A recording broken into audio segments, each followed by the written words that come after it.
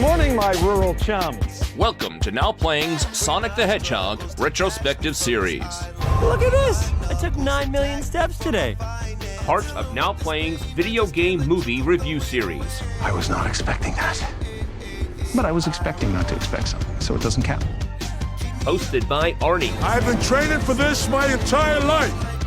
Justin. I am the hero you need and deserve. And Stuart. We are talking style and pizzazz. This podcast may contain detailed plot spoilers and mild language. No, this is not some fun family road trip, okay? Listener discretion is advised. Here we go.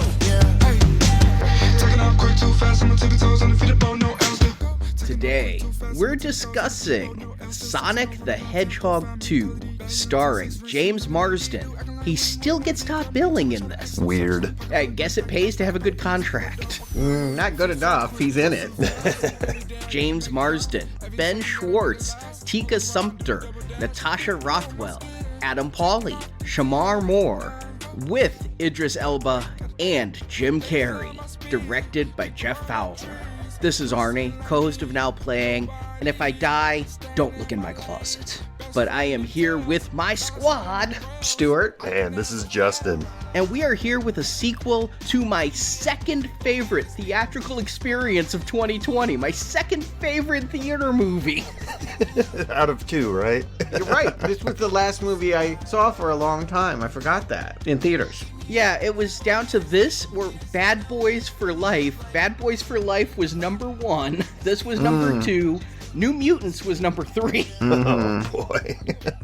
Cream of the crop. But yes, pandemic hit right after Sonic hit. One of the top grossing films of 2020.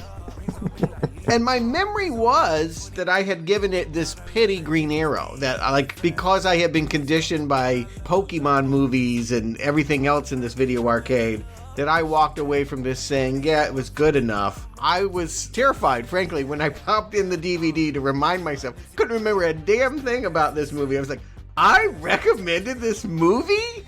No, I did not. Thank God. Thank you, Stuart. Thank you for not falling for it. I think we were just so glad, given that the people involved were making things like Hop and Mr. Popper's Penguins, it was a cut above what we imagined those things to be. But not a great film. I couldn't remember where I fell on that first one either, and I kind of gave it a re-listen. I think I left it where it was. I give it a mild not recommend. And I think that's what it deserves. Mild on everything. Recommend or not recommend, mild, right? No spice. I went back and I rewatched the first Sonic film also because I knew that there was stuff in it that would lead directly into this one. I couldn't really remember a whole lot about it. I would have never been able to pull that bullshit out about the owl. Yes, I didn't remember the owl. I didn't remember that Jim Carrey was left on a fungus world. And so I rewatched it, and I was excited to rewatch it, having positive memories. Again, second favorite theatrical experience. And watching it at home, yeah, I'd give it a weak recommend still. It's, not great art. I have to say the last half hour is probably my favorite half hour. Getting there is not half the fun. I didn't sit down and rewatch the first one because I didn't want it to taint what I knew or didn't remember coming into this one. I kind of want to come in fresh on this one because I remember just having an overall not great experience with the first one, so I didn't want to come in feeling some sort of way about it, I wanted this movie to stand on its own. And so leaving it fresh, patterns start to emerge with this franchise that we can get into here in a little bit. This did film in early to mid 2021 in Canada and Hawaii. They were on location in Hawaii. Okay. And again, it's worth pointing out, we weren't sure it had a good opening, but the movie in America made $150 million, that original, so there was a reason to do it. This was a low-cost endeavor. You spend $80, you get $160 back, and then all that international stuff is profit. So yeah, you make a sequel. I guess there's no denying the logic of there's business sense to continuing, even though I don't think any of us, even you, Arnie, weren't saying, I really want more. And they didn't go crazy with this one. They spent $80 on the first one. They spent $90 on the second one. It's not like they decided, oh my God, we have a hit. Let's throw $200 million at this next movie. $90 million's a modest budget for a bigger tentpole movie. Mm-hmm. Yeah, the big selling point, if there is one, is Idris Elba as Knuckles, which I'll just go ahead and say I only played up to Sonic 2. I didn't know what Knuckles was, but I guess he pops up in Sonic 3. When I was playing some of those later Sonic games, especially the Mario Kart-like one with all the racing, there were so many characters I didn't really know, but I knew Knuckles. Knuckles was from Sonic 3, and that's where I stopped the original playing of the Sega stuff. But there are so many animals that would show up. There was Shadow in that game, and a lot of other stuff. So I did have to remind myself where Knuckles came from. Tails, I remembered very well. From 2. But Knuckles, I was kind of like, Yeah, Tails and Knuckles are like the tail end of my Sonic knowledge. Like, once you start getting beyond characters like that, it's like, are you into comic books or what? Because I'm not sure where these came from. Yeah, when we get the end stinger, it means absolutely nothing to me. I'm just like, okay, we're digging deep here on a universe that, again, I loved Sonic the Hedgehog, playing the game, the first one and the second one, but yeah, I was done by the mid-90s, and I don't think I ever had any particular love for his family and the mythology. I don't think I really knew there was a mythology. Let's keep in mind, and tell listeners who may not have played these games, there wasn't a story in the first couple games. If you read the manual, there'd be a blurb that gave you a setup as to why Robotnik was there and even how to know the name Robotnik. You'd have to read the manual for that little setup. It's not until later games, Part 3 started to have some story, and then we really started digging deeper into it. But when I think of games like Super Mario Brothers and Sonic the Hedgehog and Donkey Kong, the word mythology doesn't really come to mind. And Idris Elba, I mean, I like the guy, but sorry, you're not going to be James Bond. That you're going to be this red, disgruntled looking, is it a dog? I'm not even sure what Knuckles is. It feels like that's not a big selling point for adults. It's a echidna. No, that's his tribe. No, that is the species of animal that he is. Oh. Okay. You gotta be kidding me. Just makes the lore that much more confusing because we have hedgehogs from space, but now we also have another creature that doesn't have a earthly co-founder. But he does. He's a short-beaked echidna. It is one of 4 living species of echidna. They live in Australia. Oh, okay. Really? That's why I've never heard of it. Oh, so this is a real animal. Yes, that's what I keep telling you. It's an echidna. Oh, okay. All right. I'm sorry. I'm not up on that. Yeah, I thought you were just doing some sci-fi techno babble or something. Yeah, exactly. Okay, smarty pants.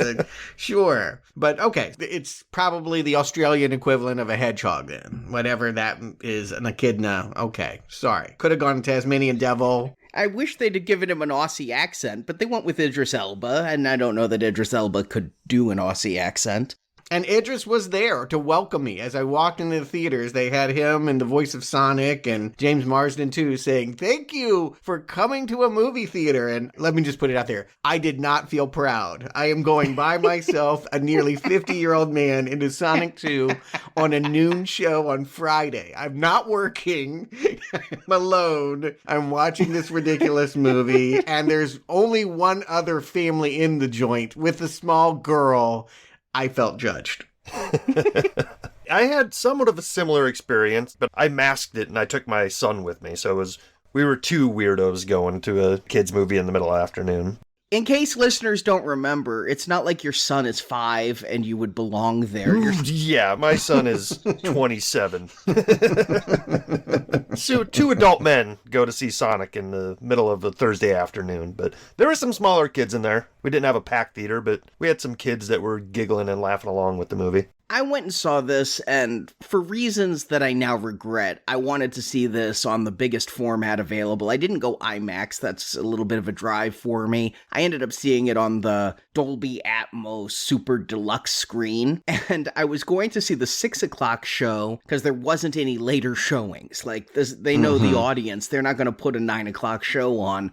And so I was going to the 6, but the 6 was almost entirely sold out. I'd have been in one of the front rows or sandwiched between strangers. So I jetted out of work early to see the 5 o'clock show, which looked far emptier, but by the time I got there, thank goodness for reserved seating, it was chock full of families. And so I too felt a little bit out of place, the single male. My wife ain't going with me. It's just me. No one's going. And I'm not telling anyone I'm going. And so I'm sitting there alone watching this with a lot of kids. But yet I was kind of glad after my solo viewing of Sonic 1. This way I'll be able to bring a kid's perspective. I could gauge how this is working for the younger set as well as how this is working for me. So whether or not I'm going to recommend this film, I can at least say if it's good for kids or not based upon my audience. All right, well, why don't you give him the plot and we'll find out if Sonic 2 keeps pace with the original. When last we left our characters, Sonic the Hedgehog, voiced by Ben Schwartz, is settling into life on Earth, living in Montana with Sheriff Tom Wachowski, played by James Marsden, and Tom's wife Maddie, played by Tika Sumpter. Sonic is trying to use his super speed to be a superhero, but his recklessness actually causes more damage than the criminals. When Tom tries to rein Sonic in, the Hedgehog bristles at Tom's attempt to be a parent instead of a friend. Meanwhile, Eggman Dr. Robotnik, played by Jim Carrey, was marooned on the Mushroom Planet. He's been there for almost 10 months. He's finally able to escape thanks to a machine he builds, powered by a single quill he took from Sonic. Robotnik opens a portal, through which comes Knuckles, a giant anthropomorphized orange echidna, voiced by Idris Elba. When Knuckles sees the quill, he agrees to return Robotnik to Earth, so long as the Eggman leads Knuckles to Sonic. Knuckles pummels Sonic and reveals the backstory. Knuckles is the final member of his tribe, which were the users of the all-powerful Master Emerald Gem. This gem, created by combining the 7 colorful Chaos Emeralds, and there's 7 of them, lest you confuse them with Infinity Stones, of which there are 6. Nothing like that. This gem has the power to turn any thought into reality, lest you confuse it with the Infinity Gauntlet. Oh wait, that's exactly the Infinity Gauntlet. Same colors. The emerald was stolen from the Echidna tribe by a group of owls, which included Sonic's mentor Longclaw.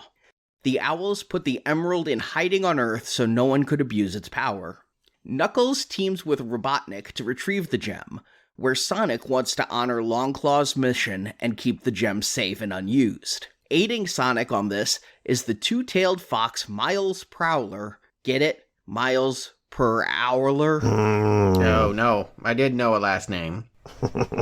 Also called Tails. Tails is a gadget guru who came to Earth when he saw Knuckles was coming to attack the Hedgehog. Unaware of all of this are Tom and Maddie, who are in Hawaii attending the wedding of Maddie's sister Natasha. But this wedding is a ruse. Natasha's fiancé Randall, played by Shamar Moore, is a secret agent of the Guardian Units of Nations, or GUN, who protect the Earth from aliens like Sonic. When Sonic and Tails literally crash the wedding, Sonic is captured by GUN. They also take Tom and Tails prisoner. A furious Natasha teams up with Maddie, and they free the 3. Sonic races to the temple where Knuckles and Robotnik have found the emerald. Robotnik betrays Knuckles and takes the emerald for himself, and Sonic saves Knuckles' life. Knuckles realizes he's been on the wrong side and teams up with Tails and Sonic to take down Robotnik, who's now in a giant Eggman robot. The 3 succeed in taking the emerald away from Robotnik, and Sonic absorbs the 7 Chaos Emeralds to turn into Super Sonic, who easily destroys Robotnik's robot. Knuckles, Tails, and Sonic form a pact that they will protect the emerald, and Tails and Knuckles settle into life on Earth, and Sonic calls Tom Dad as credits roll, to a mid-credits scene where GUN has uncovered a 50-year-old research facility. In it, we see Shadow the Hedgehog teasing the 3rd movie as the rest of credits roll. As they start, we're reminded that this is part of a Sega original film studio, which I don't think there has been anything other than Sonic 1. I hear that they're going to remake Yakuza, so we could be getting that in the next year or so. But so far, Sega original films, only Sonic. I keep waiting for Altered Beast, the movie. It could happen. I mean, I would have scoffed at one point, but yes, these properties that Sonic himself, I always thought was too B-string to get his own movie, but here we are in part 2. And yeah, we're returning to the Mushroom Planet. This is actually one of the few things I did remember about the first movie, was that Jim Carrey finally had the classic Dr. Robotnik look. He had the mustache, the bald head, and he had been trapped in, well, what he calls a portobello purgatory. Jim Carrey had talked about donning a fat suit. You say he has the classic look, but Dr. Robotnik was always a rotund man, hence Eggman. You know, he was kind of egg-shaped, but I guess they decided to not go with the fat suit for this movie, just go for an even crazier mustache than last time. Mm-hmm. I always thought he was in, like, a floating egg, but I guess you're right. It was form-fitting, so they could have put a fat suit on him, I guess. I smiled twice in this movie, and one of those times is here in the beginning. You know, mushroom coffee is like this trendy thing that people are drinking right now. I did not know that. Oh yeah, no, it's a thing. It's an actual thing. They're trying to tell you it's delicious, and to see him invent it here on this world and then spit it out made me smile. Yeah, and his little Rube Goldberg machine was kind of a cool way to start the movie. And what I remember from the first one is, despite it being a giant picture, it always felt small. Like, it felt like we were in a small town, we were on small sets. Here, we're starting to already flesh out this mushroom planet. Like, at the end of that last movie, it literally felt like we got just a panning shot of it that kind of felt like, oh, this is CGI or whatever. But now we're getting to see up close moss and mushrooms, and this feels like an actual world all of a sudden. But not one that we're going to spend any time with. No. Because he's figured out a way to use the quill to basically bait aliens to come here, I think is what he's doing. If I fire a laser into space, someone's going to get mad, the portal will open, and then I have some other Rube Goldberg traps to take care of them. And so we get 3 warriors in owl drag that walk in. Those were owls? I don't know what they were. I wrote down 3 Chewbacca's with lightsabers. I said warriors in owl drag. If you look at what they're wearing, it has a beak. That's all I can speak to. I don't know why, but this whole universe, as far as I know, no owl ever appeared in a video game of Sonic, but they're insisting that somehow owls have been a part of the mythology. Yeah, these guys just kind of felt like Power Rangers bad guys from the looks of them. But, I mean, they're easily disposed, and we're not meant to worry about them so much as we are. This is the introduction of Knuckles to our story. Yeah. Robotnik thinks he's figured it out, but the 4th guy to come through is the toughest, and he's got these oversized hands and can give a punch, and basically starts talking crap about some Master Emerald, and Robotnik gets wheels turning and thinks, I can show you the way to Earth and show you how I got this quill. It wasn't enough plot for me to understand what the mission was, but Jim Carrey's gonna take it and run with it and tell a lot of jokes, and away we go. I will say the one joke here that made me really glad I rewatched the movie was Agent Stone. I didn't remember Agent Stone from the previous one. Why would you? I didn't remember he had created a stone that he called Agent Stone at the end of the last one, but they kept that here. The continuity is tight with Agent Stone. You could say continuity is tight, or we're retelling same jokes as last time. I do feel like this movie is very guilty of trading on what has been done before. One thing I remembered was the whole thing was about Tom wanting to take a cop job in Seattle. No, San Francisco. Oh, you're right. Well, when we jump to Seattle, this is what's called a bad memory, but when we jump to Seattle, I assume he's in the squad car chasing the bank robbers that have kidnapped an armored truck. But no, this is for reasons the place that Sonic is trying to be a superhero. I think he can just travel anywhere. I mean, remember, in a span of seconds, he went from Montana to the West Coast and back again and said, I can't find San Francisco. And so I think he just goes to whatever city, and we're seeing him in Seattle, but he could be in New York, he could be in Miami, he could be in LA. You say that, but it will take him forever to globetrot the world to get this emerald once we get the plot going. Wait, so are you guys saying that we don't know where Green Hill is? Like, because I was getting the impression that it was like a suburb of Seattle. No, it's in Montana. You gotta rewatch and pay attention to that first movie because they're not gonna tell you again. Not that it matters. Or you could just let it roll right over. Just let it spin its wheels and keep going, because you're not really rewarded for all of this knowledge. But yes, the point is, here's our reintroduction to the lovable title character, and he has some fun taking down some bank robbers and actually the armored car itself. When he realizes he can't hit the brakes, he has to get the drill and disassemble the vehicle before it crashes into an ice cream truck. And he's just being a mess. The money in the armored car truck is flying out into the streets. He almost hits a pedestrian. I was thinking, is this supposed to be a heroic act? Because he's throwing bombs into the sewer. I'm like, he's doing more harm than good here. You might as well have just let them take the money or let the cops handle it, because Sonic is pretty destructive. That is what the security guard tied up in the back is saying. You're a terrible superhero. I still say he's better than Morbius, but I get the point. And I'm rocking out, though, because this is all happening to some Run DMC. It's tricky, and that's a song that gets stuck in my head probably once a week. So it's nice to actually hear the song instead of just my memories of the song. Really? This is in heavy rotation in Arnie's mind? I didn't know that. Yeah, you may need to see a doctor about that if it's tricky.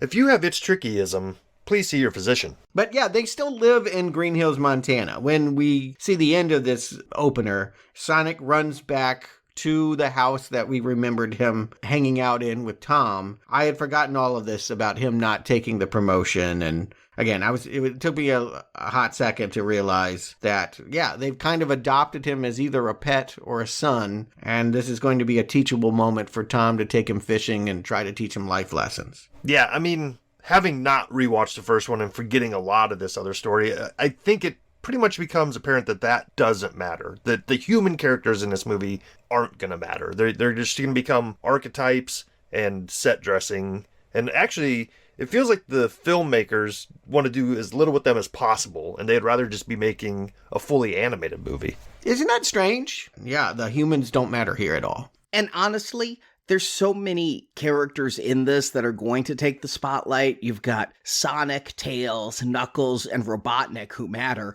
Poor James Marsden, he got X-Men 3'd in this. I mean, they didn't kill him early on, but he's got about as much screen time here as he did in that Dark Phoenix movie. But the second time I smiled was seeing how Sonic erected like a makeshift metal detector and is going to be like, you're not in groups 1 and 2. You still have to wait to go to the ring portal to Hawaii. Yeah, they're writing these characters out by saying that Maddie's sister Rachel is getting married, and this is a low-cost way of hopping off to the islands and a way for Sonic to now run the house by himself. Of all the characters I didn't expect to return, Rachel is number 1. I thought the grumpy sister-in-law was not going to show up again. She got the biggest laughs, though. I mean, she's the one, because she has disdain for Tom, and Tom brings in this troublemaker Sonic all the time, to have her having an event that's going to be ruined by them makes some sense. You guys can help me out here because you did go back and watch the first one. The one thing that this movie made me go, wait a second, didn't her sister have kids in that first one? Just the daughter. We see the daughter here. She's the ring bearer. Okay, that's okay. I had a memory of her having a couple kids, and that's where Sonic got the tennis shoes initially. And so I was like, where are these kids? But I guess I had a false memory of more than one. Well, I think what happened is that girl aged 2 years. They brought her back, but we're supposed to think it's only 10 months later, and she had a massive growth spurt between the two. But we get Sonic at home, and I think that, you know, you're going to have some rude humor for the kids and some base humor for the kids, but they are aiming some jokes at the parents. When Sonic comes out and does the risky business slide, I mean, no kid is going to get that. And then they're playing Here Comes the Hot Stepper. And now I want the soundtrack. But you already have the soundtrack, Arnie. Yeah. What are they doing? That was my question. Is like, you're making reference to a 40-year-old Tom Cruise movie and playing a 30-year-old Aini Kamuzi song. I thought this was for 7-year-olds. It is kind of weird. You could make the argument that it's for their parents, but even their parents don't know these things. Why wouldn't the parents know these things? I would be of perfect age to have a child to take to this. This is for millennials. Like, it's for people that were born when Montel Jordan's This Is How We Did It came out. the music choices I would think would be an opportunity to talk to kids today. Sonic is supposed to be a kid. Yeah, I think he is supposed to be, what would you put him at? A 12-year-old, right? Like, weird to think of him as Macaulay Culkin Home Alone here. So why not be more attractive to that demographic? Maybe they're laughing just because he's in a bubble bath with a dog. I don't know. Let's also think these songs are cheap. Yeah, they are. Here Comes the Hot Stepper was an ad for like Evian water a couple of years ago. These songs are not going to cost them a ton of money. Agreed. This is on a budget. We are not seeing, even when I think about Transformers or, like some of these things that played to younger audiences, all ages fair, like it feels like a Nickelodeon movie, but it's not. It's just a Sega Paramount movie. But it does feel like they're going specifically for a 7 to 13-year-old audience, a Teenage Mutant Ninja Turtles audience here. But that's not the jokes. That's not the songs. And I don't know, those can't be that expensive. A couple TikTokers, a YouTuber, they could get songs from today. I think what we're slowly coming to realize here is that we are just beyond the age for this movie's audience. We're supposed to be, like you said, Stuart, we're supposed to be the parents of the kids that are enjoying this, but we know who Sonic is from our youth. But Sonic from our youth, we were in junior high at the time, so we weren't falling into it as a kid and being like, oh, this guy is our favorite character, and we're going to grow up with him. We were like, oh, that's a Sonic thing? All right, see, I'm going to be in high school. And now our kids and our fake kids are older than the demographic here, so we're just on the edge of both sides of this. Don't tell me this isn't aimed at us, though, because we're going to hop to Hawaii and we're going to meet Rachel's fiance, and they're going to do an Empire Strikes Back riff. He's literally going to say, "You've got a lot of nerve coming here after what you did to my fiance." And I'm like, it's Lando. He's going to then immediately smile and embrace this man. But why is he doing that to a man he's never met? I'm wondering how old the writers are. They are the same writers from last time. They brought in a third person who worked on Lego Batman and Ninjago and doing this DC Super Pets movie soon. But maybe the writers are us. They're our age. They're all in their 40s. Okay, so that's what it is. So they're too old to be writing this shit too. But also, they've hamstrung themselves by having Jim Carrey be in their movie because that is basically aimed at us. Kids that are 11, 12 right now don't know who Jim Carrey is, and if they do, he's just an old guy actor from way back when.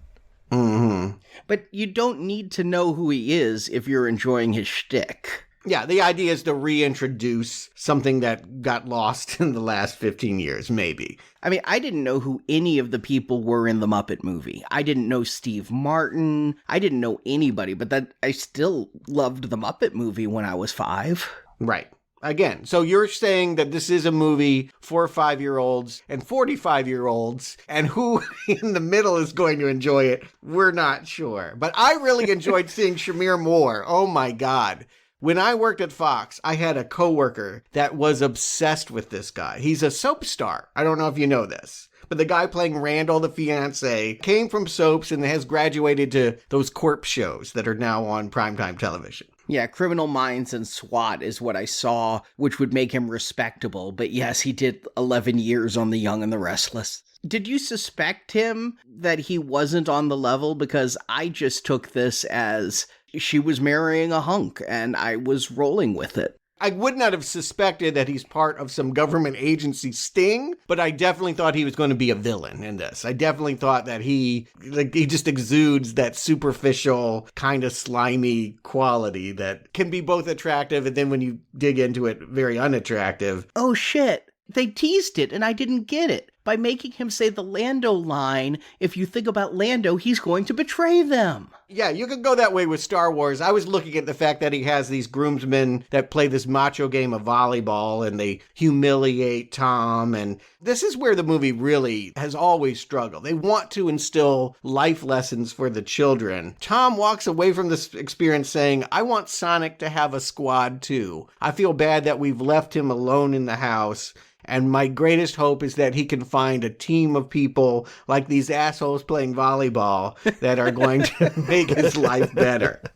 I kind of thought that they solved that last time. I mean, Sonic wrote his bucket list, and on the bucket list was make a true friend. And then he scratched that off because he and Tom were friends. And so that they now have this strife where he's like, Tom, don't be my dad, feels off from how we left it in the last movie, and that now we're saying Sonic is friendless and that these are his parents. It's an adjustment in order to give Sonic the character arc and teachable moments they want to give, but it doesn't totally make sense because, yeah, I thought Tom and the dog and the vet were his squad. Yeah, agreed. And now there are parents that are worried that their child is a loner and they've left him home alone. And what's he doing? What's he going to do? Well, he's going to fight Knuckles because about 20 minutes into this movie, Jim Carrey blows in and Sonic starts spinning thinking that he's leaping forward to take out this guy. And he runs instead into the fist of what's presumably, at least for the first half of the movie, the villain. Decent animated fight. We kind of touched on this last time, but I have a Howard the Duck question. I have no answers. Are we supposed to see these space aliens exactly how they look as these preternaturally bright CGI creatures? Are we just supposed to say that aliens look like CGI? Or are we supposed to take it a step further and believe that this looks like a blue hedgehog and is more animalistic than the technology they employed? Well, apparently, if you showed me an echidna, I would think it is an alien because I don't know what an echidna is. So, again, I feel like they all have a similar look, like an anime quality that makes them feel like they come from, the same universe at least. It feels like they could be brothers, battling here. Yeah. Do they feel like cartoon characters or Muppets or something like that? Hard to say because the human characters aren't the perspective. I don't know how I would respond to this if I were watching it. Yeah, I mean, Arnie, I had a very similar thought with this movie, too, because now there's 3 of these characters on screen. It's not just Sonic interacting with humans. And I started thinking back to the pre-release version of Sonic that they had created that the internet went crazy over, so they had to redesign Sonic and push the movie back. And I'm wondering if that initial design that they went with would have felt more realistic moving forward now that there's more of them. And let that design aesthetic dictate the look of all these new characters. And maybe it would feel less, like Stuart's saying, like Muppets next to humans, where there's, I don't want to say uncanny valley, but there's a definite cutoff in your brain between I'm watching a cartoon character next to a human, and something's just not right here. Exactly. It's Toontown from Who Framed Roger Rabbit. You've pegged it with that. And at times, I feel like I'm watching a 3D cartoon. The trailers that I saw before this movie told me I was in the wrong movie. I saw trailers for movies I'd never heard of, like The Bad Guys with some evil snake and a whole number of animated movies. About animals specifically doing human things like robbing banks or becoming ninjas. And there's always a slew of animals. It's never like we're just going to focus on gorillas or just focus on snakes. When I watched all these trailers, it occurred to me that almost all of them are like Sing, where you're going to have a pig and you're going to have a rhinoceros and you're going to have a penguin and you're going to, like Madagascar. And here I'm in the same movie. I got a fox, I got an echidna, I got a hedgehog, and I feel like this movie eschews humanity entirely, especially during these fights. I don't know if this is going to be some kind of problem for why I can't connect with this movie. I think the problems are a little bit more on the face of, like, I don't want to be here watching this film. It's too kiddie. But to your point, I think a problem that I'm seeing happen here that I think will be true for anybody, including very young audiences. I know why I would like Sonic. He is a troublemaking teenager that likes to have fun and is in the classic tradition of Bart Simpson and so many other characters. But why would you like Knuckles? And tell me, please, why anyone would like Tails. Well, what's worth knowing here is that this movie is going to pretty closely approximate the storyline from Sonic 3, and then the 4th Sonic game was Sonic and Knuckles, where you had Knuckles team with Robotnik to get the emerald and then realize Robotnik had betrayed him, and then team with Sonic to go up against a giant Robotnik robot that was powered by the emerald. I think the writers played 2 games and went, there's our movie. The problem is a fox with 2 tails that is flying around has no real business trying to get a magic stone with a hedgehog and an Australian beast. And he's even younger, right? He's like 8. I don't know. What I'm going to draw a line under is nobody knows anything about Tails from watching this movie.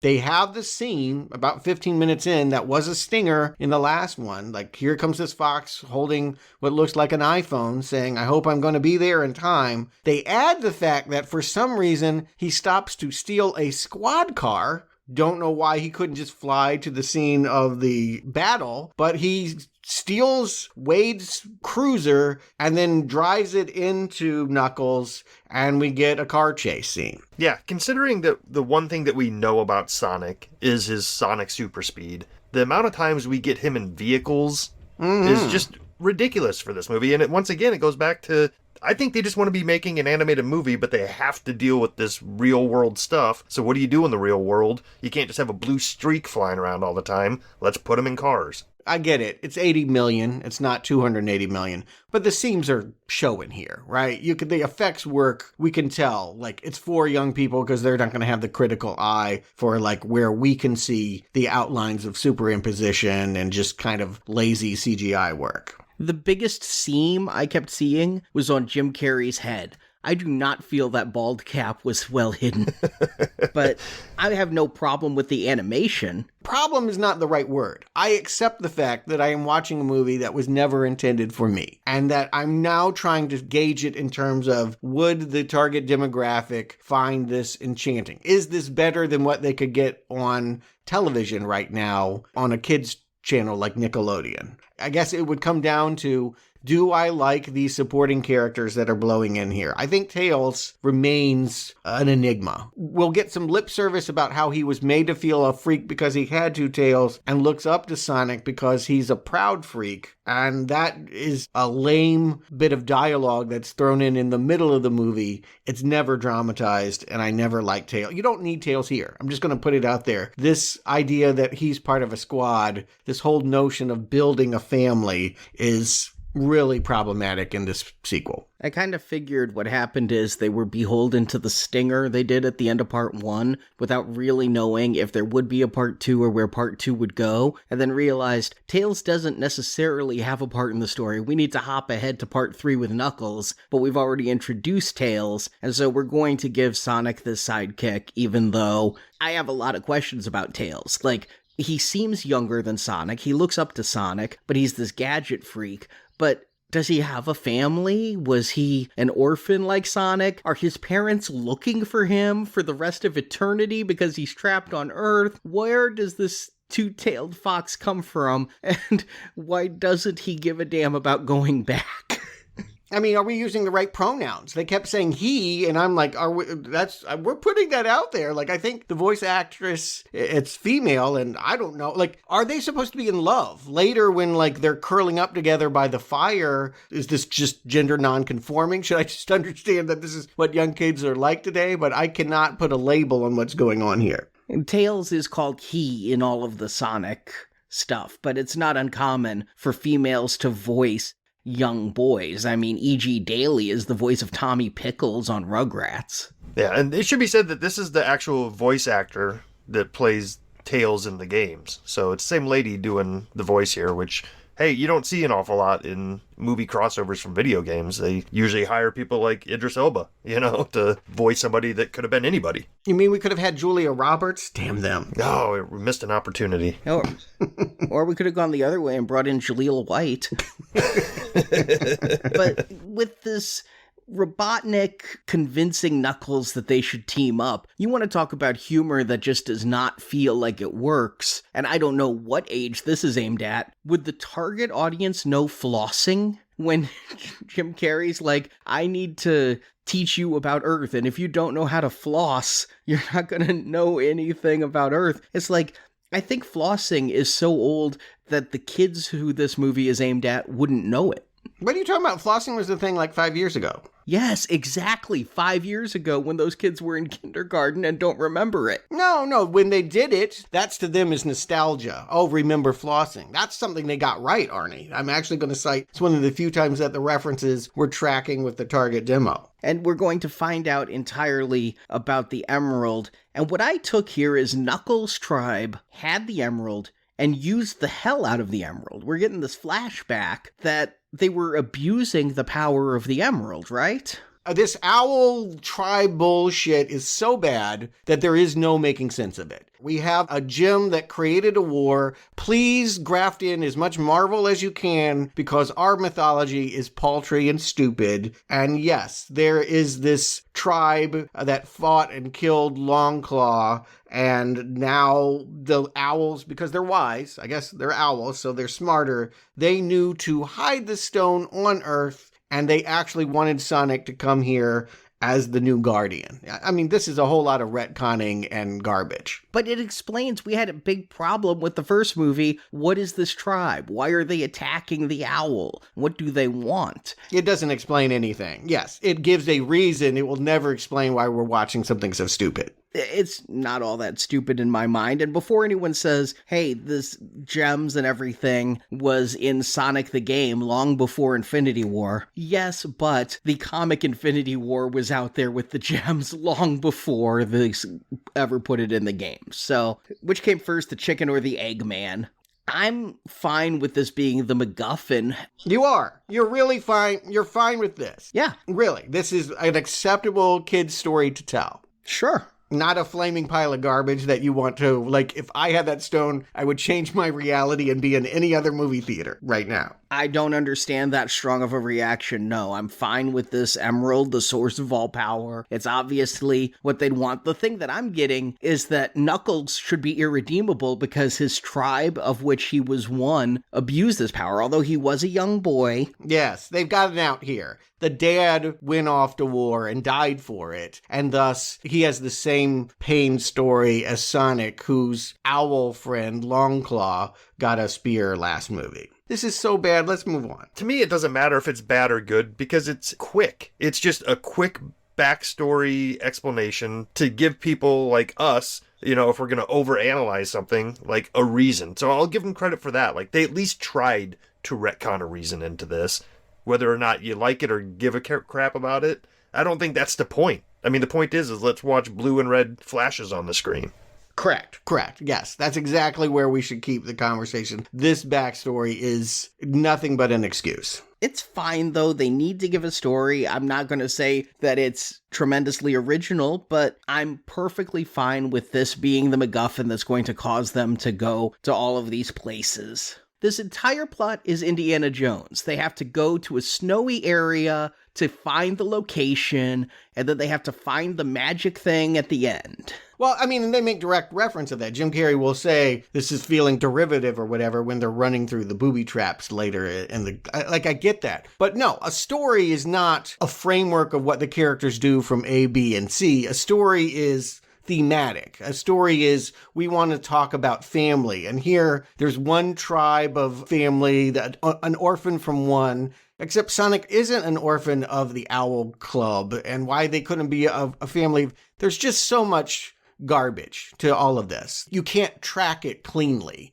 And so that's my problem. This is a hedgehog that grew up from owls who were protecting a stone from a bunch of Australian creatures who didn't like them because they had their power taken away. I mean, that's a long way to go to try and tell something meaningful about family relationships. I think I feel what you're feeling, Stuart, is it's like either you're making meaningless child's fair or you're trying to hit a wider audience, and I feel like they're not doing either one of those particularly well. They're trying to walk this middle ground and popping into extremes. A Disney fairy tale mixed with a Looney Tunes sarcastic-a-thon. They're obviously much better and much more equipped to do the Looney Tunes thing than it is to, like, wring tears from us about fathers that die in war. Well, we're going to get another squad going as a character I never expected to return does. The second on my list of, oh my god, they brought them back, is Stone, the henchman from the first movie who I knew he made a good latte. I didn't know he was an actual barista. Again, there's so little about the original movie I remembered that, again, if I had not watched it, I'd be like, who is this barista? Like, it's just bizarre to me that they are tracking so closely to what they did the last time. Yeah, refresh me on Stone's backstory. Was he another agent that just decided to become loyal to Robotnik, and now he's a full-on henchman? Well, keep in mind, Robotnik was a government agent. He worked for the government in that secret organization, and this guy worked for Robotnik in that government agency. And at the end, Robotnik went a little bit nuts and the government disavowed him. But it always kind of felt like this guy hero worshipped / was in love with Robotnik. And Robotnik likes him too, but not as much. I mean, I'm used to Darth Vader choking his henchmen along the way and just throwing them aside. But Robotnik, he may abandon this guy at the Mean Bean coffee shop because there's only 2 seats in his vehicle, but he does go back to this henchman and does like his lattes and pay compliments. I don't think that Robotnik has any love for anyone. I think that point gets underlined later when he's going to betray Knuckles. And he's just using people to get power so he can control people. But yes, this is a supporting character that I don't know that you really do need him, but it allows us to have some more physical comedy, and there's a man in the chair. Later, it will help that some things get done. The reason why Robotnik, who, you know, during the car chase, he's trying to follow along in a riding lawnmower, he now can have his drones again because this guy has a coffee shop that doubles as a control center for evil. The lawnmower I can go with. Certain things in this movie are inexcusable, and I just have to think Jim Carrey was out of control, and the director was letting Jim Carrey be Jim Carrey. When Jim Carrey jumps on the hood of the car and starts growling, snarling, and licking the window like a dog, I'm like, this does not make sense for an evil super genius. Are you liking Jim Carrey this time? Jim Carrey's performance here is very much like a Bible Man villain. He has taken it up over 11. And I'm not necessarily saying that's a bad thing. I mean, I think he realizes what franchise he's in now. Yeah, it's got to be a little bit humiliating to realize that you don't play to the level of sophistication. You know, Jim Carrey had some good movies on his resume. Yeah, he would do silly farce stuff, but he also at one point was doing Oscar bait, was doing things that got him respect. You know, he was Steve Martin. He could be the jerk and he could be the artist. And yeah, now he's just playing to children that aren't there for him. Like, don't even care who he is and what movies he's previously made. So he's making the most of it. All I can say is, do all the jokes land? No, but, you know, he is a circus clown trying to entertain 5-year-olds. And if it takes jumping on the hood of a car and barking, so be it. He's my favorite part of this movie, though. Again, like the last film, I feel he's channeling 90s Jim Carrey, funny Jim Carrey. I have never felt he worked that well in dramatic roles. We will be reviewing Eternal Sunshine of the Spotless Mind in a while, so... You don't think he's good in that movie? I need to re-see it. I didn't like that movie, though. Okay, he's great in that film, whether you like the film or not. I will be revisiting it. I remember never respecting him as a dramatic actor. I didn't like him in Man on the Moon. I thought he was only okay in The Truman Show, a movie that was only okay. Oh, we're going to have to fight. Yeah, this is crazy talk. You're obviously throwing down. Like, Echidna versus Owl. It's a one. Those 2 roles were made for him. But yes, to be covered another time. We will cover that another time. But I love him as Ace Ventura. I love him as the Riddler. I love him as Lloyd in Dumb and Dumber, the first one. Okay, stop with the Riddler. He was a terrible Riddler. But anyway, we're covered it. It's already done. I'll agree with you. He brings the energy. I'm trying to think of who else would be willing to do this and wouldn't act embarrassed. He still has no shame. Like, he will still do Ace Ventura bits that a 60-year-old man should be embarrassed about doing. But he's not. He'll do it. Well, it should be said that just recently this week, Jim Carrey said that he's retiring from acting, and I don't know that that has anything to do with this movie or not. But... I didn't know that. I thought he already had done that. We may literally find out who's willing to do this when they make Sonic 3. if, right? There's a question mark on this one. But yes, he is an asset, even if not all the jokes land, because he is supplying most of the jokes. And they're all over the place. Sometimes he's barking like a dog. Sometimes he's making references to vision boards and The Secret. And again, just things that like no child or like many people would even get. That's a deep reference, but shiitake for shit. I'm okay with stuff like that, though, Stuart, because, like, if this does work as a favorite movie of a child who's 6, 7, 8 right now, and they continue to watch this movie as they grow up, maybe one day when they're 13, those jokes hit differently. I mean, I had movies like that where it's like, oh, I get that joke I never got before. Mm-hmm. Yeah, The Simpsons, I think, works that way. Yeah. But the plot is moving along. They have a map that the owl gave Sonic, which I don't remember, but they can throw a map in here. For the last movie. It was in the last movie? There was a map? Oh, yeah. I thought the map was to different planets. Yeah, it is. And now it's changed. Okay, so the map will lead them to a compass that will lead them to the emerald. And so the map leads them to Siberia, which... You gotta think the filmmakers were like, crap, why'd we have to pick Russia right now? Not only that, but if you can zip around everywhere, why is this one blizzard and they're trudging through the snow like a human being would? Yeah, so we could get to a point where they had another fish out of water scene in a bar, just like in the first one. It does feel like replaying that. Yeah, the whole movie feels like we're redoing what worked for us. And yeah, this is the biker bar bit again. Although in the first movie, we saw they did, I mean, several movies have done it at this point, Quicksilver and the X-Men movie and what have you. You know, they want to bust down what it's like to run fast and everything else moving slow. You always want to think about Sonic in terms of his speed. Here, it's just a dance battle. And I don't know how that would play to anyone over the age of 10. I think they're playing with expectations, though, because if you remember the first movie, you remember it ended in a bar brawl. And so when you see this guy start screaming and stretching, and he's this big, muscular Russian with a tattoo of himself in a Christ-like pose on his chest, and you think that, okay, this is going to be trial by combat. And then it turns out to be a dance-off. It's a joke I saw first in American Pie 3, but it did have me chuckle a little bit, and I'll always rock out to some Uptown Funk.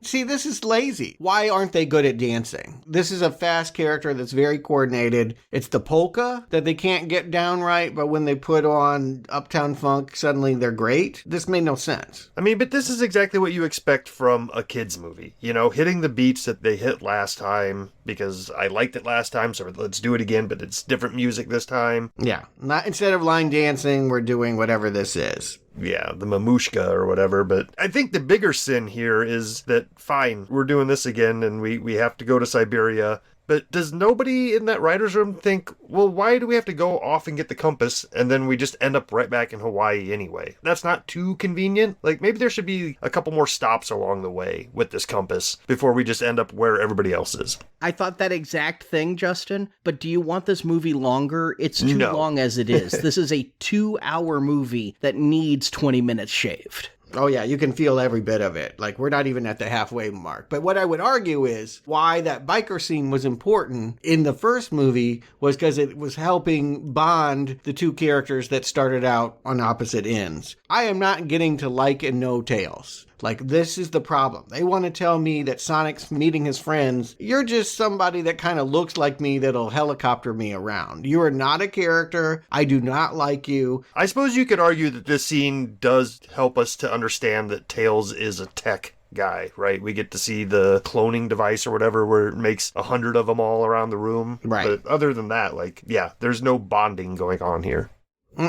Yeah, you need to have us care about these new characters. They're not putting in that work. I'll agree with Tails. I think that they're doing a pretty decent job with Knuckles, because when they finally get to that temple with the compass, and we hear Sonic learn of this origin of the gems, I understand Knuckles' pain. I understand why Knuckles is doing what he's doing, and they're gonna make another funny Fast and the Furious joke. The fighting's gone on for centuries, like Vin Diesel and The Rock.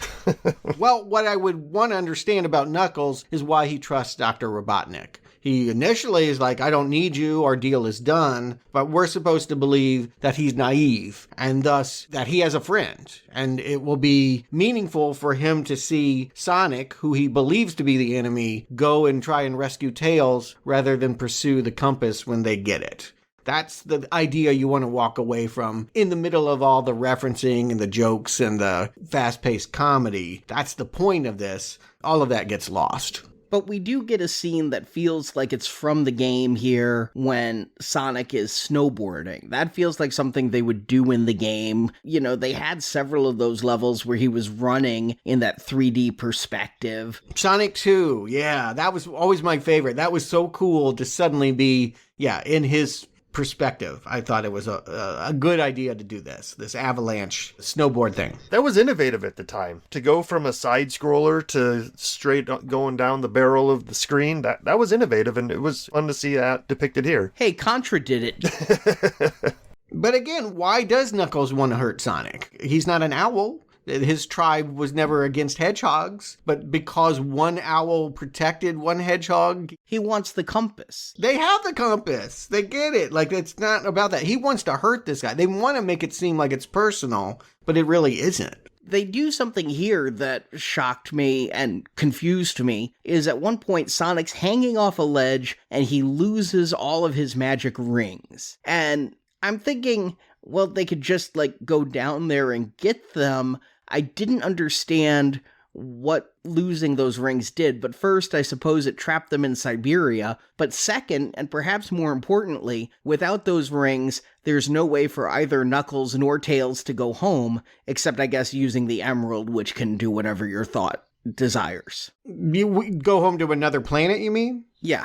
Well, Sonic ain't going anywhere. No, but Tails might want to go home. Knuckles might want to go home. Who knows, right? Like, Tails is so nondescript. How did he get there? I guess he could leave the same way he flew in. Yeah, he portaled in, too, at the end of that movie. You're right. He has tech. Maybe he can just use tech. Yeah. The point is to try and find some way back to the human characters and do the physical comedy bits that worked for them last movie. And here it means that we've got to see Tom realize the ring that he was given to come home actually is going on the finger of the sister-in-law. And again, pratfalls. This is not a bad idea. Like the idea that they're going to bring the avalanche into the Hawaiian wedding, probably a good idea. What do you think came first in the writing room here? Do you think the idea that they needed to have this scene set up so Tom could ruin the ceremony and therefore eventually reveal that the fiance was actually a secret government agent, so it's okay that he ruined it? Like, which idea do you think came first? Like, did they need this and then they wrote the guy was an a-hole, or was the guy an a-hole all along and this was okay? I would think that no matter what, Tom has to do something to save Sonic and piss off the sister-in-law. Yeah. I mean, that's just the dynamic there, is when they decide they're going to bring back the sister-in-law, Tom has to do something to get her mad, and you need to give her something to do because she didn't have anything to do except get mad in a funny way. And so I think the idea of him pissing her off came first. Yes. And then probably the idea of the wedding came second. And then the specifics of the avalanche third. That would be how I would guess. Yeah, because Operation Catfish makes no sense. If you were trying to create a sting to capture Sonic, why would you stake out this wedding, which Sonic is not in attendance of, and only just because he dropped rings is even communicating with them at this moment? Would the agent have said, I do, had the avalanche not come? Yeah, this is, it feels like rewriting or just not well thought out. Let's have a twist for a twist's sake, because we really do like to watch Rachel get pissed, and her Bridezilla antics are some of the big laughs we're getting here in the middle of the movie, where she's turning on her groom and blowing up her wedding cake and going crazy. We have to have the moment of the movie where everything feels lost. And here, Sonic has lost the compass, Knuckles and Robotnik has it, and Tails is hurt. He got hurt by an explosion and is comatose, I suppose. Yeah, something. Which happened to Sonic last movie, lest we forget. They just go with the, oh no, the animal is close to dead kind of setup. But to top it all off, this gun organization takes Sonic, Tails, and Tom hostage. And we get this scene giving the women something to do, which they didn't have last time. And this is one of my favorite scenes of the movie, I gotta say. I mean, they give something for Rachel to do. I still say Maddie maybe even has less. I forgot she was a veterinarian, but like, there's nothing about her identity left anymore. She's just literally a woman standing around. Well, she rescues Tom, doesn't she? By rescues, you mean she walked into the room full of cages and undoes a handcuff. Wow, woohoo! Exciting. Yeah, once again, this movie shows that they have more characters than they have use for. But here came a joke that made me look up to see, is this movie PG or PG-13? It's PG, but when Rachel is confronting Randall, and she's asking, who was the agent? She goes, was the girl who waxed my, and nods down south. Yeah. I'm like, okay, this is the first waxed vagina joke I think I've ever heard in a kid's film. And this guy in front of me, this father of a kid, went, girl. Really? Okay. That one hit my ears weird too, Arnie, but then I thought about it a little bit more. It's like, I mean, that's one of those jokes that could fly on Three's Company. She could have been talking about waxing her legs, you know? Mm-hmm. But of course, us middle-aged men are going to go somewhere else with that. Yeah. Anything they can do to empower Rachel to bring some humor at this point is helpful, because the twist itself doesn't make sense and they don't follow through on it. Okay, they've got the aliens, and now what? They just go back into the Four Seasons Hotel. They don't even start experimenting or have their own agenda. Like, they don't even take them off to a military compound. And we're getting some good music here again. Barracuda. Now, that song's, 40 years old? But probably closer to 50, yeah. But I guess you need a hard rockin' female singer like Hart in order to give the girls their scene. This is where they give Randall his moment, too. Like, yes, I betrayed you, I'm a dog and all of that, but he does jump in front of the taser for her, thinks he's dying, but only landed on the ice sculpture, and then realizes that, it'd been nice to actually go back and see them get married for real, because I think that's what we're supposed to take away from this, is that he really does love her, and that would have been a funny thing to follow through on. I'm not sure if he loved her until he saw her be a badass, though. I think being an agent, he could only love an agent, and it was when she started taking his boss at gunpoint and becoming the storming bridezilla. I think the big moment is when she's driving the golf cart and then, puts it in a slide mode and casually steps out of it while it's sliding sideways, is the moment he realized this woman is a action star and I love her. Yeah, kind of a funny irony. Again, the reason why you keep all of this nonsense, which has nothing to do with this convoluted treasure hunt thing, is because it's actually one of the few things that is actually funny and entertaining for all audiences. What Robotnik is doing on a desert island, creating the ocean parting to go through the... This is another missed opportunity, I feel like, for the movie. They spend so much time with exposition that really doesn't matter with these human characters, and we finally get to a set piece that looks cool, looks like the video game, and we meet up with Robotnik and Knuckles halfway through their journey through this Temple of Doom. We don't get to see them dodging traps and figuring things out until they're about halfway through. And it's like, did we just miss the reason why I might be sitting in this theater? No, and I did think it was a little much that they were running from a giant boulder. I mean, they've been making allusions to Lucasfilm movies this whole time, but that one, I did like that Jim Carrey said he didn't want to die this way because it was derivative. That was my smile during that scene. No, it's a way of saving the fact that you are derivative is to at least acknowledge it. I mean, give Jim Carrey credit. He tries to find the jokes in it, but there isn't strong humor here. Again, that's fine. I think comedies can trade on the popularity of other source material. All I would ask is, are these jokes for anyone that's the right age? They're jokes that play to us, but I don't think they're going to play to the kids or their parents. Well, I think that's why Jim Carrey's the right choice here, because his facial features and the faces he makes is what's funny to a 6-year-old. It's not necessarily what he's saying, it's how he's acting. And I found it really convenient when Knuckles and Eggman show up at their temple. I'm like, is it in Hawaii? It looks like Hawaii to me, and it was filmed in Hawaii, but I thought it was going to be really funny if they ended up both on the big island or something. But we're told it's hundreds of miles away, and Sonic can't run over water, and we get that Indiana Jones line, water. why did it have to be water? Because they set up in that boat scene, Sonic can't swim. Yeah, all of this is so sloppy. I mean, again, we can't, I guess. Well, you drown in the game, remember?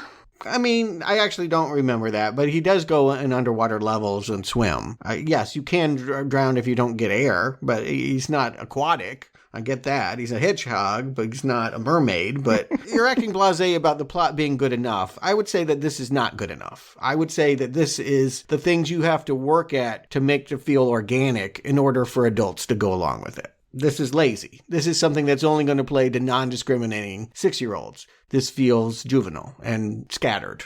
I did wonder, though, why Sonic would wash up ashore, because he runs over the water. He has the speed to go over the water. He gets hit by a wave, washes up ashore, is perfectly fine, and then runs on the water again. Yeah. Is it to show a sign of bravery that he's willing to face that risk again? I didn't understand the layout of this because of that. Because, you know, at one point the comment was made like, oh, there's a green laser beam shooting the sky. It must be 100 miles away. And then we see Sonic running from the island towards it. He jumps over a huge wave. Then he misses the next one. And he ends up right back on the island shore. It's like, how is this working? Yeah. I thought it was a different island. Like, there were 3 islands. There was the Hawaiian island, there was the island with the temple, and there was the island upon which Sonic washed up. But they all look like Hawaii to me. Yeah, and they're all, you know, CGI'd enough that they could be Idaho and we wouldn't know any difference. But the other thing is Tails could fly him there, but for some reason they've just written him out of this. We're supposed to be falling in love with this character, but he has a head injury and so he's just laying. Well, what they've written is Tails is injured and he can't fly. But he'll be fine in a few minutes after. He'll find them and it'll all be fine because that's the kind of writing we're getting here. I have to believe the best writing is Jim Carrey ad-libbing, because Right. They get to the Emerald, and now Jim Carrey, the line I laughed out loud, and there was only one laugh out loud moment for me in this, but when he says to Knuckles, "You're as useful to me now as a backstage pass to Limp Bizkit." I knew it. I was sitting there thinking, I'm going to love that. But Knuckles is now betrayed. I trusted you. You were my friend. Come on. And yeah, then this very lazy, like, oh, something heavy falls on Knuckles and he needs to be saved. Oh, but Sonic's drowning. Now he needs to be saved. I guess we're friends now. Like, I mean, this diagram is pathetic. I did like that they have Sonic inhale an air bubble straight out of the game, though. That was fun. Yeah, that was a fun little thing. And maybe I'm getting too pedantic here, but like, why couldn't Sonic just float back up? Like, why was he weighted down? Because they need for him to be saved. Because this is how lazy the writing is. You got to earn this stuff. I'm not saying that it needs to be complicated or layered or adult. I'm just saying that even in the most basic kids things, you need to be able to show the moments authentically, or it just feels like an after-school special. It feels inorganic and unconvincing in its message making. Yeah, the old adage of show, don't tell is usually what you do in movies, but here I feel like we're getting all show and no tell when it comes to stuff like this. First draft writing, just like, okay, they need to do this, and so they will do this. Don't ask why. Don't even look back. We're speeding along to a climax, which should feel like, wow, we're already at the end, but actually I'm feeling very much wanting to leave the theater and do not necessarily want a giant robot finale. I'm happy for a giant robot finale. I felt like that was missing out of the first one. Always as the last boss, you got a Robotnik robot thing you had to fight. So I felt like they're being true enough to the games. I liked that they did this. They talked about the Stay Puft Marshmallow Man earlier, and so that they were living up to that. They didn't do the actual Stay Puft, but they had the giant robot. But surprisingly, that Paramount doesn't own Ghostbusters. I thought this might have been a plug for Ghostbusters Afterlife, but I don't know. They're just grabbing at whatever our generation loved and replaying it. You know, and we've made it this far into the movie that we're finally at the big conclusion, the big finale, and to what Arnie's saying, it's like, I think it does deliver here. We get some iconic looking Sonic moments. I mean, the moment where the Robotnik robot is peeking over the bridge as Sonic runs by, that's straight out of the game. I mean, that is beautiful looking. Yeah, it is really, all the money that they have is going really towards this finale. It's very satisfying. I'm saying I don't want to sit here for a robot suit climax, but if it had come 30 minutes earlier, this would be awesome to see, because visually, watching this tornado pull apart the tanks, the cars, the trains, and now with the emerald, Jim Carrey is able to reimagine himself as a giant robot. This is a good-looking scene. It's a fine action climax. Of course, there is some good humor here. I like it when, the joke was that Stone needed to read the manual, and then he holds up the manual, and I don't know if you guys remember, but all instructions for the Sega Genesis games had the exact same template for the front. Yeah. And that's what he's holding up is the Sega Genesis game instructions. Once again, just throwing a little bit of everything at the wall, hoping they hit some demographic somewhere. It hit me. Mm-hmm. Remember. Well, yes, this is strange that we have a movie that theoretically is for us more than a 7-year-old. I will say that millennials are aware of our childhood tech, though. They're kind of reminiscent of that, because that stuff was sitting on their shelves when they were growing up. Right. We sold it back to them. Yes, I agree. They've had a reprocessed food childhood where everything we liked, they were made to eat. That's true. My nephew, who is a millennial, is the one who I had to beat in Mortal Kombat on the Sega Genesis. He grew up with a Genesis. Yeah, I mean, this isn't being lost on them. I mean, it's nostalgic for us and it's nostalgic for them, but in a different way. Mm-hmm. And so I don't really remember Golden Sonic. Like, must be a later game thing that you can turn into a flying gold creature. And it's from Sonic and Knuckles when they get the emerald, exactly like how they do it here. He becomes Super Sonic. And they didn't play the JJ Fad song. Like, they really missed out there. They're playing all these old songs at Super Sonic. They didn't play it. I know, they should have. Yeah, it couldn't have been expensive. It's in their budget. I promise you. But he has all the power in the world. He defeats Eggman. I couldn't believe they made this joke. I could not believe it. My jaw dropped in theaters when Eggman says to Sonic, "Can we just let bygones be bygones? There were good people on both sides." Right. Yeah. I mean, again, that's Jim Carrey trying something. And, maybe it worked for you. I don't know. A Trump joke in this movie? He's doing every kind of joke. Again, The Secret. How many people remember that self-help book from 2005? I mean, he is grabbing at everything. The man has lived a long life, and he's using material from every era.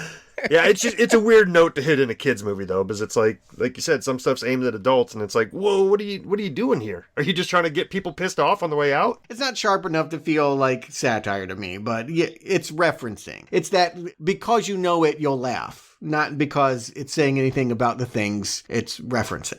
I wondered if it could alienate a portion of the parents, though. I mean, I know the kids aren't going to get where that line comes from, but some parents may not appreciate a jab at Trump. Yeah, liberal Hollywood slipping it in again. Maybe, but people get offended about everything. I don't even worry about that anymore because I'm sure that people are going to write a letter campaign for this. This is just the world we live in. I just feel like this movie's trying to be as bland as possible. Yeah. And that was a spicy joke. Yeah, it didn't have to be included, but it was Jim Carrey doing his level best to be interesting here. How does he die? I forget. I get lost in the robot suit falling over and all of that. Is he crushed? He just falls over. He's not dead. Yeah, we don't see a body. Okay. So, I mean, obviously you'd bring him back. He's the star of the series. And here we're going to get them becoming a tribe. Tails and Sonic and Knuckles are going to protect the emerald the way the owls did. And Sonic is going to call Tom Dad. So, because Tom and his wife, who matters so much, I keep forgetting her name, Maddie. Yes. Yeah, can't you just feel the family heartstrings? Sonic was immobilized, and Robotnik's robot was going to stomp on him, and they were just going to die with him. Yeah. What a great family. Not rescue him, not protect him. We'll just be squashed too. Good thing you turned into Supersonic. Yeah, this is the human characters. They would have been better off being squashed and giving Sonic a new family that he could actually have some real connection to next time. Because Marsden and this woman, no go. But I guess that attempted sacrifice is enough that now Sonic's going to call him Dad, which I didn't like that, but okay. I don't know why anyone would like that. I mean, again, it doesn't feel earned. But yes, they've reshifted the dynamic so that they no longer have to be best friends, that they can watch their kid socialize and have, presumably, however many characters are in the Sonic universe, will have that many movies to show him becoming the most popular hedgehog in the universe. Sure, and it's because if we do get to a part 3, it's Sonic can just be writing a letter home to Dad and use some unused footage of Marsden from this movie to complete that role. Marsden has signed for more movies. I'm sure he has. Yeah, talk about someone that doesn't have anything else. We're going to end with a callback to the first movie where we had to see Sonic playing baseball all alone, very lonely. If you don't remember that scene from the first movie, this ending is not going to make a whole lot of sense, where now Sonic is playing a baseball game with 5 people, and Knuckles is suddenly funny. He's now, I guess they're going for like that Commander Data Spock kind of humor where he's overly literal and doesn't understand customs. He did that earlier when they were reading the text between Sonic and Tom. He was saying the ... that shows up when someone's typing. So they were trying to position that as he's dumb. He's like all muscle, no brain. See, I was having a hard time paying attention to any of that interaction because it was just so blatantly obvious for not the first time in this movie, but this scene particularly, the humans interacting with tennis balls on sticks here was just painfully obvious. Like, it was... Yeah. I wonder what the dog was licking, but it certainly wasn't a hedgehog. But then we're going to have another hedgehog. We're going to have a stinger for a character I don't know. Shadow the Hedgehog first appeared in the 2000s as a rival to Sonic and is considered one of the greatest characters in a 2009 poll of ranking Sonic characters. And if you trust the lore, and I think we do, he was created by Dr. Robotnik's grandfather 50 years ago. Ooh, the intrigue. I mean, they don't have anything. The problem is, it was always Sonic and Dr. Robotnik. Tails was something that would fly in at the end of the level, maybe help you out a little bit. But, there isn't this rich history from my game playing of having good love and goodwill towards other creatures. So, whatever this was, when we get this stinger, I'm just like, too deep a cut for me. This character's supposed to be, I think, like the Punisher. He's very Machiavellian. The ends justify the means. He doesn't mind hurting people, and he uses guns and vehicles and things, whereas Sonic is more kind and only uses primarily his speed. So we know what Sonic 3 is going to be. Although, as Justin said, will Jim Carrey return? Because he did just announce he's retiring. Yeah. The writers of this said they hope they deliver him a script that's just so good that he can't refuse coming back. And, that's months away from now, so who knows how he's going to feel then. He is an odd duck in real life lately. Yeah. But I do like the end credits, though, where, just like the first movie, they're going to give us a 16-bit rendition of this movie, reenact the whole movie. Really, the way to see it is enacted in 5 minutes and not over 2 hours, because this movie's too long. Yeah, I think you just gave a review. Yeah, come for the credits, leave for the movie. So, Justin Stewart, do you recommend Sonic the Hedgehog 2? Justin. It really depends what you're looking for in a Sonic movie, I guess. If you're guys our age and you have a passing knowledge of Sonic, I suppose there's some stuff for you here. I mean, for me growing up, the Sega Genesis came with Altered Beast, and Sonic wasn't yet the mascot for Sega. But for the guys who came up right behind us, those guys were brought up with Sonic as the guy for Sega. He became the mascot.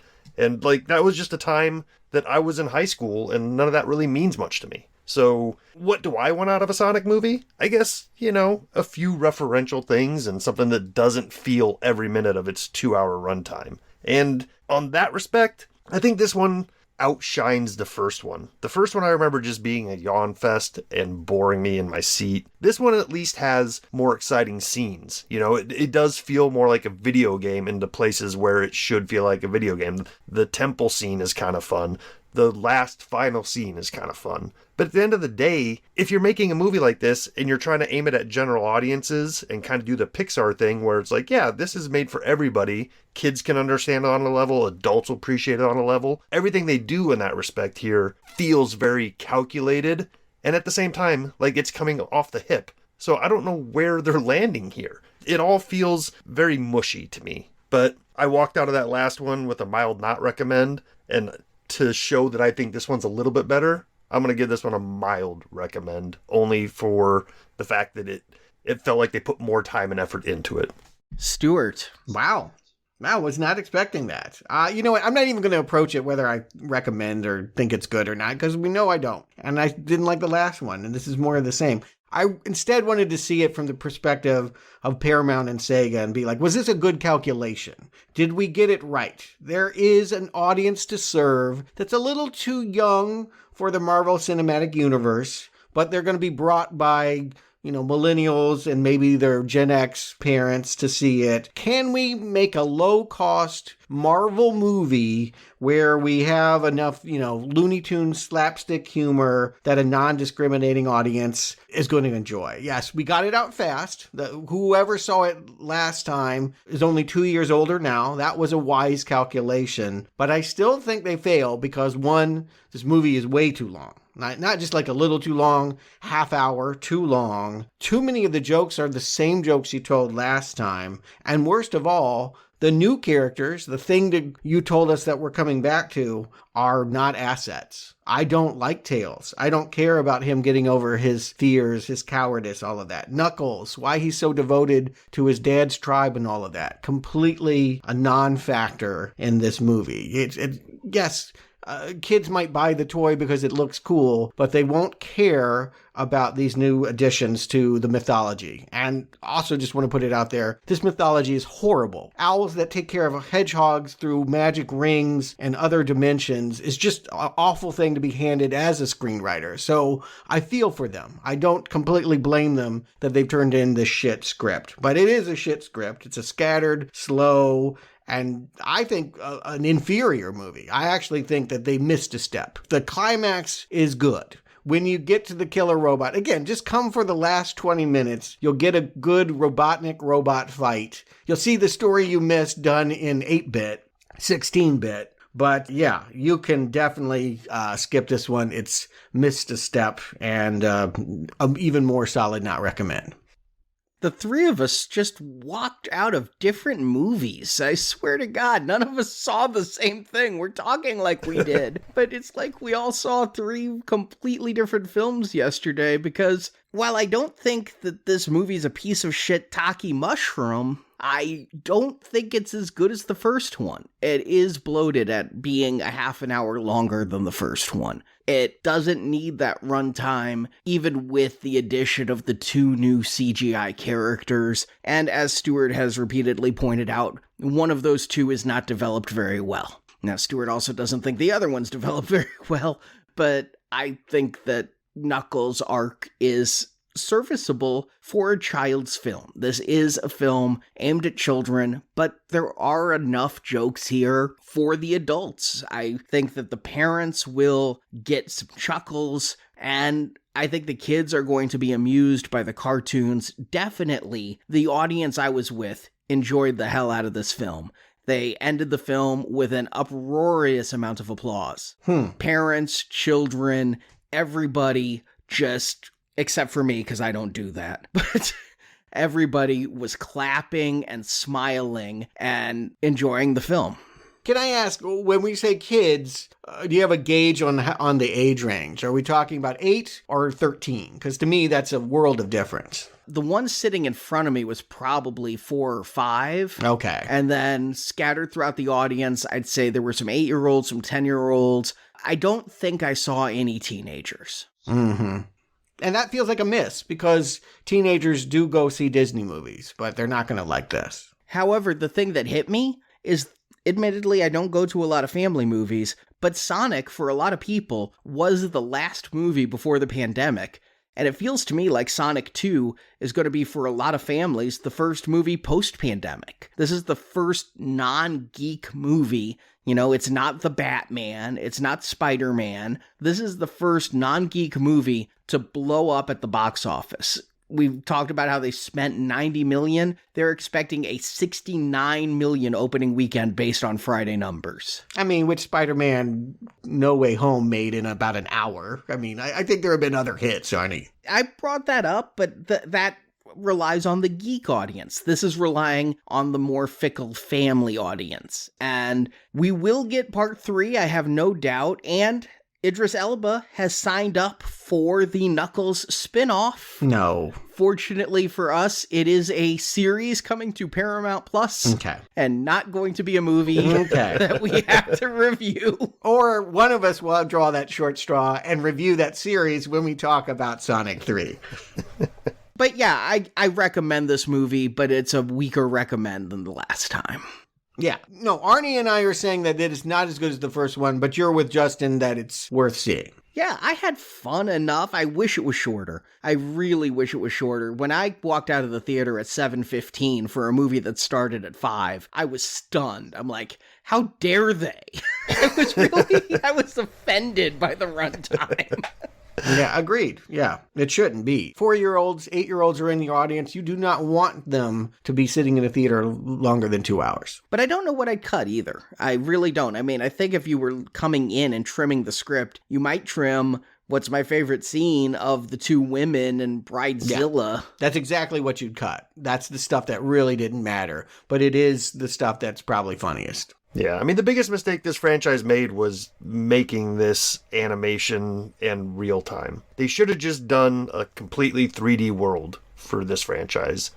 I think would have served everybody better. Couldn't have Sonic gone off on a new mission with Tails that didn't involve any of these people? I was not nostalgic for James Marsden and Montana and all of that. They really didn't build anything so good in the last movie that we needed to bring back Stone and just, you bring back Jim Carrey and you go somewhere else.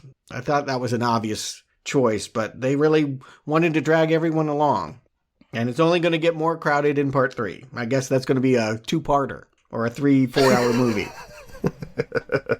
Well, maybe they won't have to try to lure Jim Carrey back. Maybe they will get somebody to put on old age makeup and play his grandfather, trying to avenge the Eggman. But it's time for us to unplug the arcade for a little while. Good idea. No more dead triggers. Next week, we're doing a much requested movie. Listeners have asked us for years, but especially since our review of Con Air, to make Stuart watch the movie that made Michael Bay, The Rock. That's true. Yeah, we're building up to the idea. We probably could have done a whole series of Nick Cage performances. He's quite a mercurial figure. I want to do a Nick Uncaged retrospective series. I just want to do every Nick Cage movie. I think that would be its own podcast. I don't know if I have time for that, but we're squeezing in one we haven't covered in time for his new meta movie where he talks about the unbearable weight of his talent. We're covering that one too in 2 weeks. The Rock made sense to squeeze in here rather than another bad video game movie. I'm glad we're doing something else, even if it is Michael Bay. And of course, we got other creatures that are fantastical to talk about this Friday. The second movie of the lesser Harry Potter Wizarding World franchise, Fantastic Beasts: The Crimes of Grindelwald. Yes, Secrets of Dumbledore opens this week. Some preview screenings are taking place tomorrow, and we will be reviewing that next week for our Platinum donors. But Platinum donors this Friday get to hear our review of the second Fantastic Beasts films. You could find out how to support our podcast, keep this show going, and hear all of those bonus reviews at nowplayingpodcast.com/donate. And in addition to you guys donating to us and keeping us going, we're giving back to you. Thanks to our friends at 20th Century Studios, we are giving away 5 Blu-ray copies of Death on the Nile, the sequel to Murder on the Orient Express, directed by Kenneth Branagh, starring Kenneth Branagh and Gal Gadot, Letitia Wright, Russell Brand, and Tom Bateman. Recent Oscar-winning Kenneth Branagh, in fact. Yeah. His encore to Belfast. Yeah, maybe we'll cover that series one day, but in the meantime, you could be lucky enough to get in on the second installment. All you have to do is subscribe to our In Focus newsletter. If you go to nowplayingpodcast.com, scroll down a little bit, in the right column is the sign-up form. If you're subscribed to that newsletter, you're entered to win. And if you join our Facebook group, if you go to facebook.com/nowplayingpodcast, our pinned post is a link to that group, and you'll be entered there too.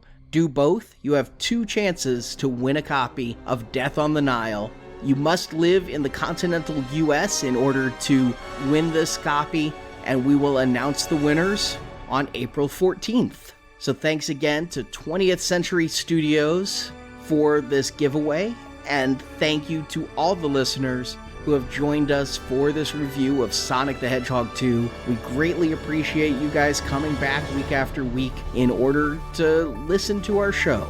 And Justin Stewart, thank you for joining me. And until next time, game over.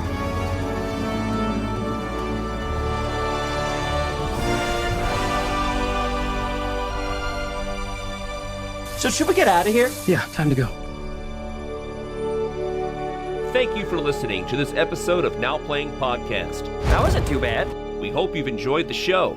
I love it, I love it, I love it, I love it! Come back to nowplayingpodcast.com each week for another new movie review podcast. We do have fun, huh?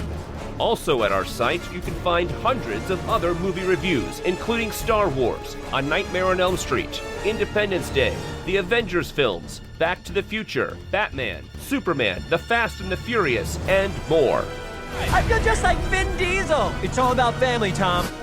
Now Playing Podcast is a show without any sponsors or ads. We rely on support from listeners like you to keep Now Playing operating.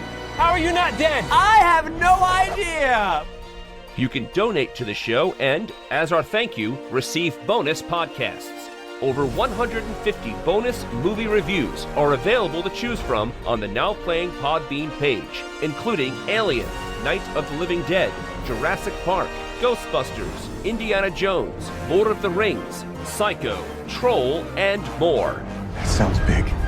It's been on my vision board for years. Find a full list of available bonus shows at nowplayingpodcast.com/donate. Clearly, I'm not going to be able to do this on my own.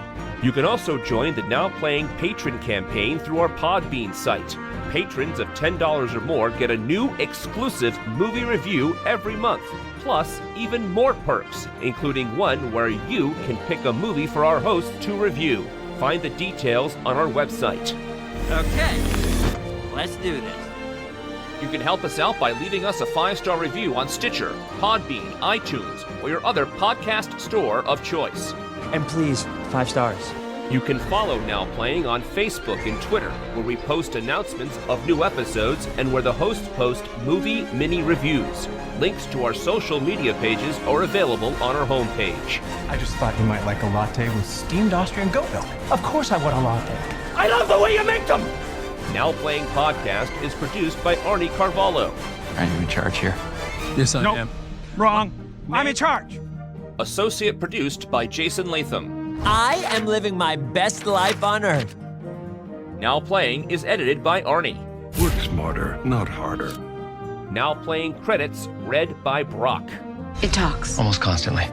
The opinions expressed on Now Playing are those of the individual hosts and may not reflect the opinion of Venganza Media Incorporated. Confidence.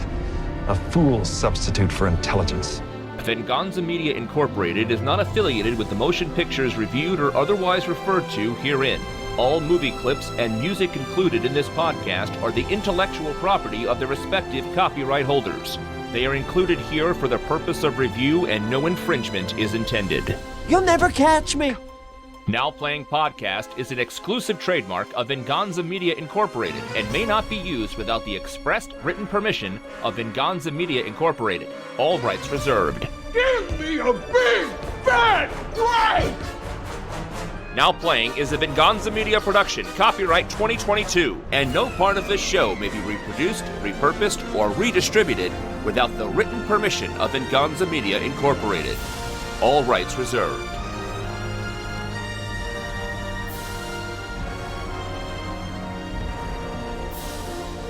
The time for talking is over. It's time to push buttons.